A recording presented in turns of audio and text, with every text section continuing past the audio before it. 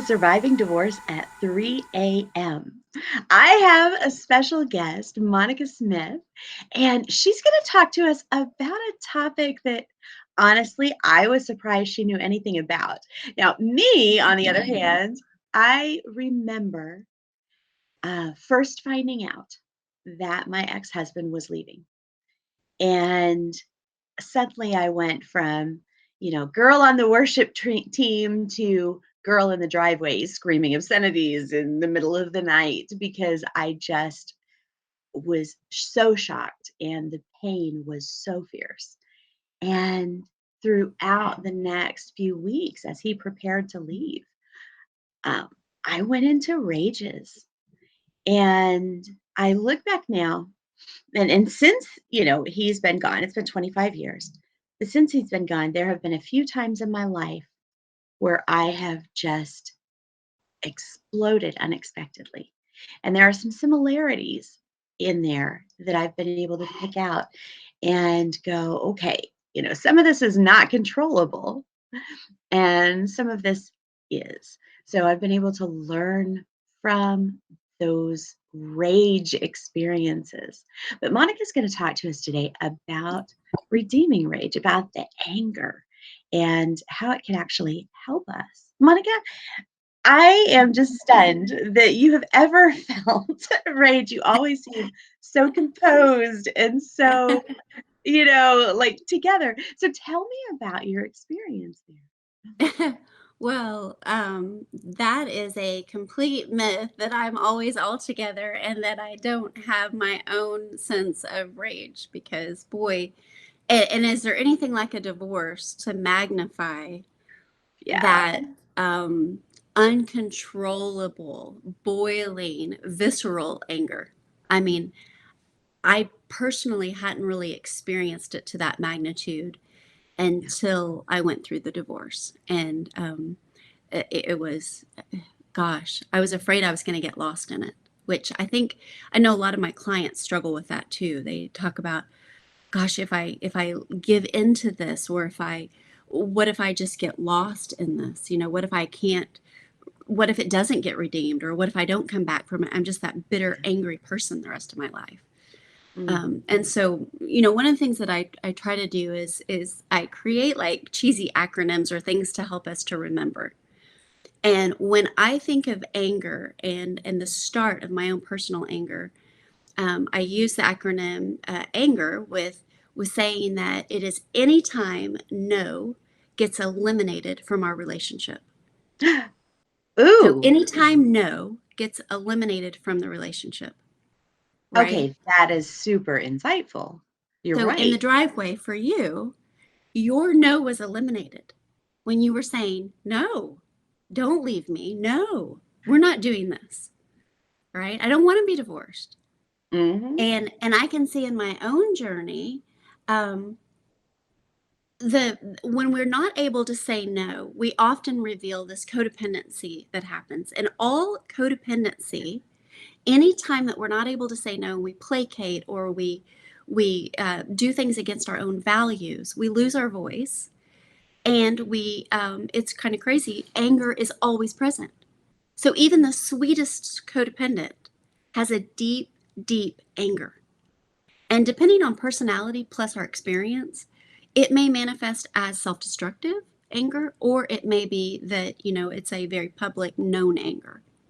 So my Because anger, oh, yeah, no, go no, ahead. you just blew me away because that's actually something that I've learned about myself is that saying yes too much or becoming too entangled with somebody, there comes a point where sometimes I will just I don't want to say violently. It's not like I'm hurting people, hitting people, but emotionally, it's like a eruption where I push back and I'm just done. So wow. Right. Okay, sorry, didn't mean to And interrupt in you, but that that is situation, really interesting. yeah, in that situation, Christy, you're using anger as your boundary. Yeah, So and you I've had get to learn push, that you push, got to set push. boundaries before that, right? Right, right. And so here's the interesting thing. So you're talking about that I was composed primarily.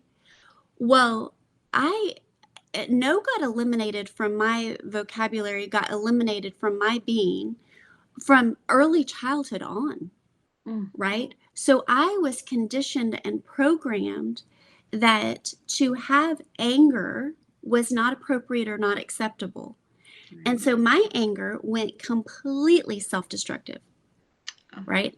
And so I had this an ugly self talk of you don't deserve this, or um, you're like, of course you don't get to have a voice. All the self doubt that came with that.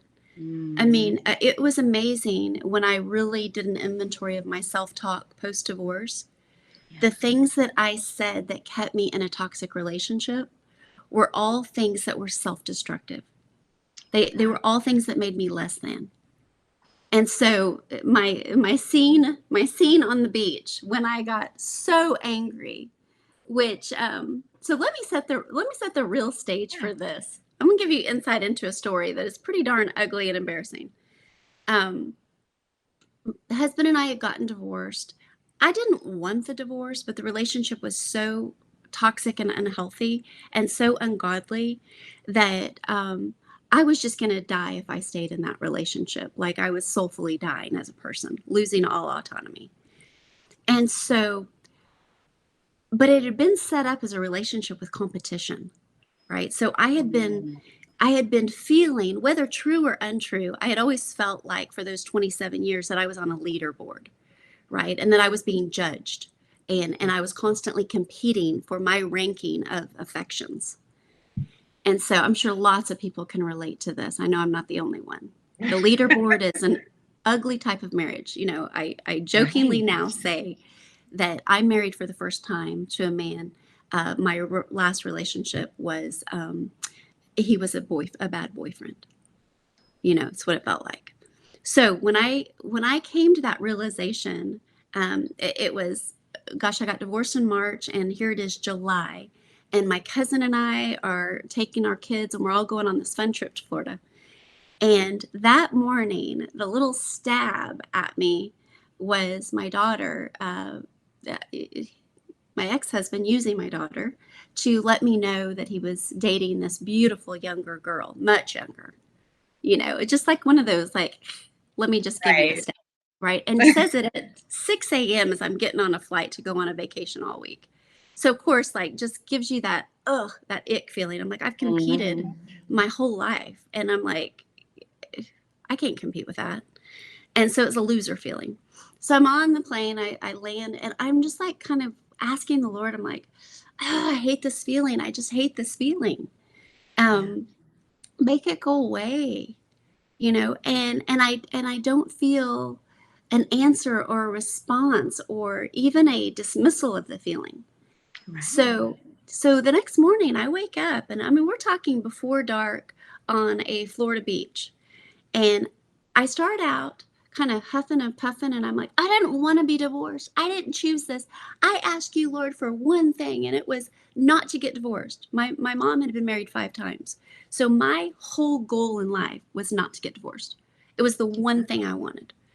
And so like I'm like, how did it, and I'm angry at myself. I'm angry at that the Lord allowed this to happen to me. I mean, I'm just marching in complete protest. And I'm just like, one thing, the one thing.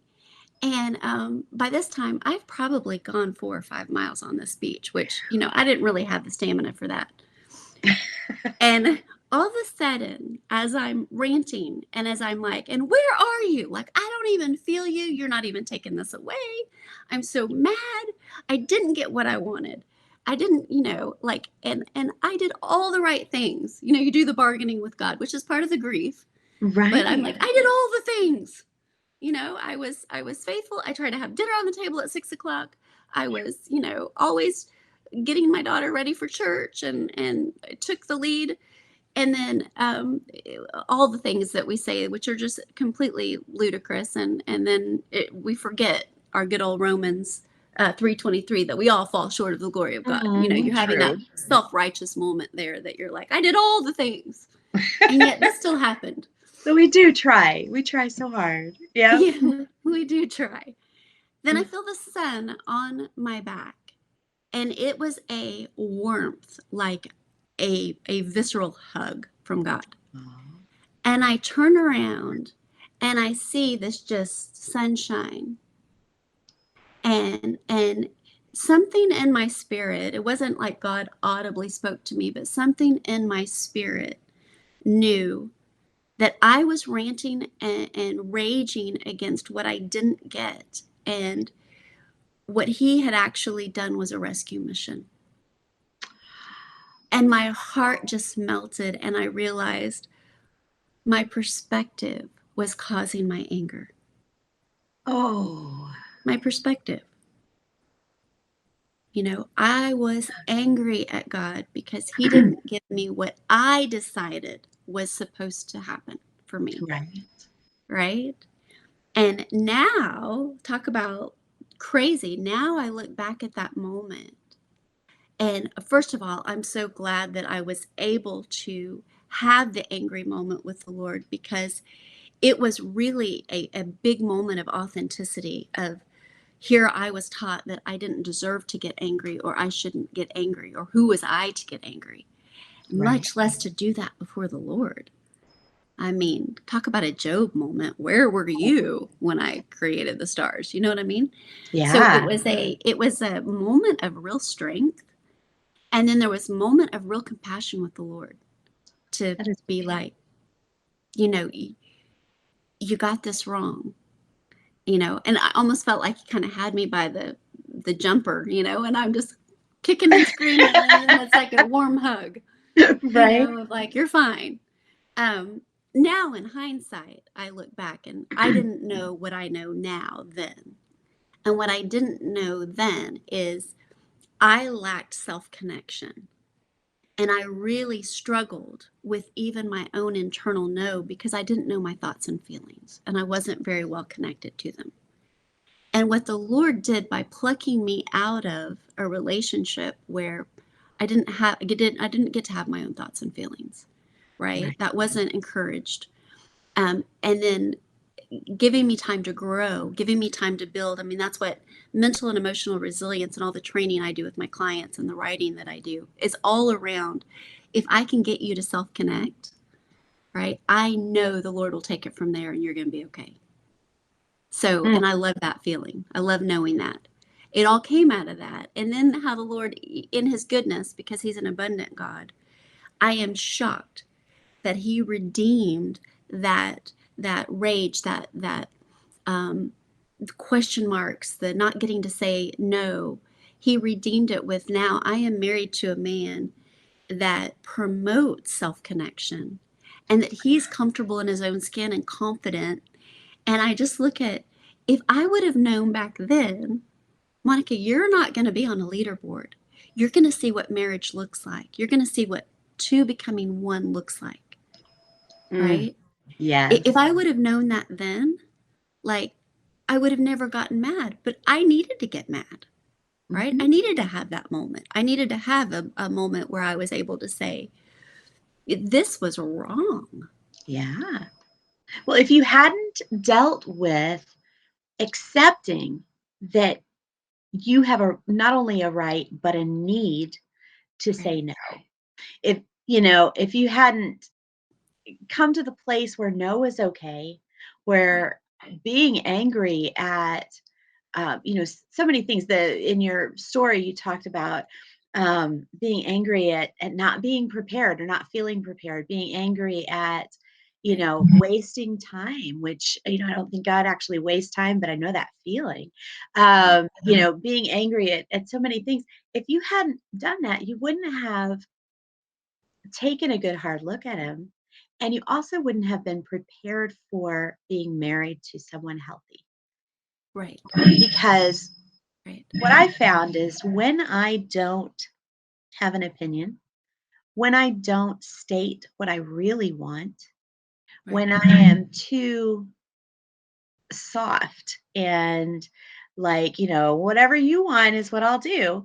It's okay to make compromises, but when I'm too much that way and I don't actually have my own say in things, it makes other right, people uncomfortable. They don't, right, people who want to please me, like my husband, don't know how.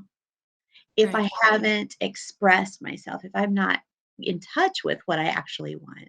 So your Right. anger actually helped you get to that place. That's beautiful. Right. Well, and my disconnection to Mhm. myself is that led to the choices that I made, Yeah.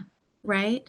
My disconnection made it easy for somebody to tell me my thoughts and feelings or for me to get in a codependent relationship Mhm. because I actually enjoyed being controlled by somebody else's thoughts and feelings. Sometimes it feels It was easier, easier, especially when we're young and we don't really know ourselves very well. It right? feels easier to respond to someone Right. else's needs instead of taking the time to figure out what ours are. Right. And what was beautiful about when I look at the story of I was married 25 years and then in the relationship 27 and I was 18 whenever Yeah.